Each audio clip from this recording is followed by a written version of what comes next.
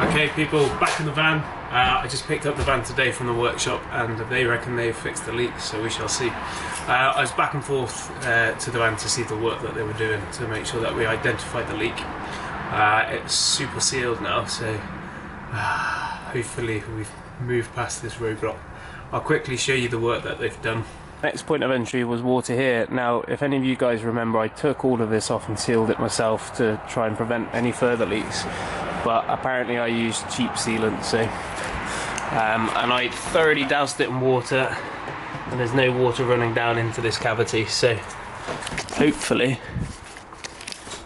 we're all good. I've been putting some sound deadening mats in, these silver foily things. They're big butyl patches and they just reduce some of the vibration and save some noise. They're really heavy, so I'm being careful about where I place them and not using too much. And then I'll start stuffing the cavities with insulation. I'm using earth wool. It's pretty good because it's fairly moisture resistant and it's not too expensive and very easy to stuff into the cavities. For the roof and the floor I'm going to use Celotex boards. It's really good insulation properties. 50mm on the top, hot air risers, and also want to reduce all that noise from the rain hammering down. And then on the bottom I'm using 25mm, and that will just give us a little bit of extra working room when I'm walking around because I'm a lanky git. So I think I've run all the wires now. I flipping hope I have, there's enough of them. Pretty much all of the power is going to be 12 volt apart from two 40 volt sockets. So things that we've had to charge are 4 USB sockets, which are one here, one there, one there, and one there. Then we've got the fridge power cable. We've got a power cable to the cooker so you can ignite it, and then I'll also piggyback the LEDs off that. And we've got the heater wire and a gas solenoid wire. Then you've got the wires going up to the USB there and there. So all of the wires on this side just shoot up through these conduit onto this side.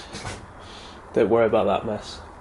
And then from this side we've got the lights, the fan. Then coming through the roof here will be this thicker wire, which is the solar panels. And then we come down here, and then these are the front lights. And then these piggyback through a two-way switch over to here, and then you've got your rear lights as well, and then they switch back to the switches so we can turn them on and off when you're in bed, and then also at the front of the van. And then I'll also put a dimmer switch here so we can dim them. And then we come out here and basically all of the wires come to this main control thing. So hopefully that makes some sort of sense. Question to the knowledgeable people. I'm wiring it so I can turn the front lights off and the rear lights off separately. If I put a dimmer, an LED dimmer, before the switches, will it dim both sets of lights, or can I only dim one circuit?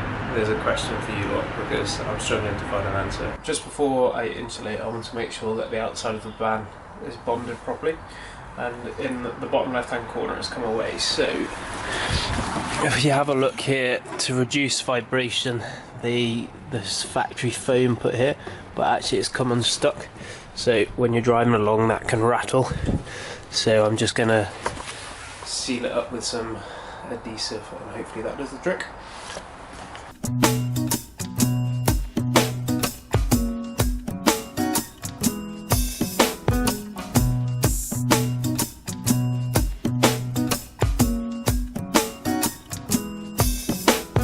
Tick tock, 6 o'clock, there's that old alarm again. Stand up, eyes shut, wishing I was sleeping in. Don't know how I do it, but somehow I do it every day. She's back! Just the same.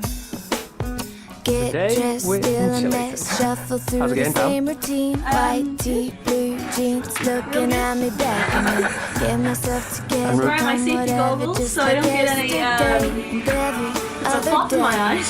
I'll just quickly show you what we've done so far in the back of the van.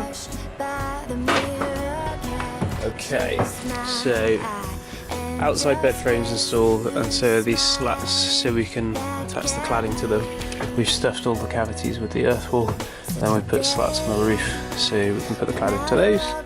And then the same on this side, we've left the space here because we'll cut the window there. And then this corner has been my nemesis because it bends this way and this way. So trying to get that to run flush and work out how we're going to cover all of this up is proving a bit of a headache, but we'll get there eventually. And we're trying to figure out how to put this flipping swivel seat in. Tamsin, why can't we fit the seat? Because somebody didn't get the right spanner. What spanner do we need? An 11mm. No. Heard you say something about 11mm. No, it's a torque bit. Size T55. These pimp daddies, that was spanner big enough. So the day has come, we're going to install the Maxxair fan. I've got the Maxxair fan Deluxe model. It came out the box, and the first problem that we encountered was what size do we cut the hole, because there's two different models. One suggests a hole at 355mm by 355mm and 400mm by 400mm. And the problem is when you look at the shroud underneath the fan, both holes look like they would work, but after much deliberation and carefully checking the model number, we're going 400 by 400. It's also complicated by the fact that every other video that I've watched, they've all cut 355mm by 355mm holes, but we're going for 400, so wish us luck. There's nothing that can knock me down. I'm gonna take whatever comes around.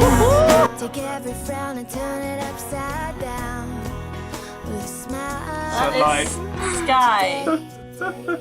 Ow! You just poked me with the screwdriver. Oh, did I? Not bad. I should have safety goggles. Does that mean I need to go get you safety goggles? Yes, please. Celebrate. I'm gonna give the world a shake with a smile. And now there's nothing that can knock me down. I'm gonna take whatever comes around. Chris, can you tell us how you feel about the hole? Well, it's holy. It's alright. Little overshot in that corner. But nothing a bit of Sikaflex would sort of. Have a frown and turn it upside down with a smile. Today, no matter what comes my way, turn it into something I can celebrate. I'm gonna give the world a shake with a smile.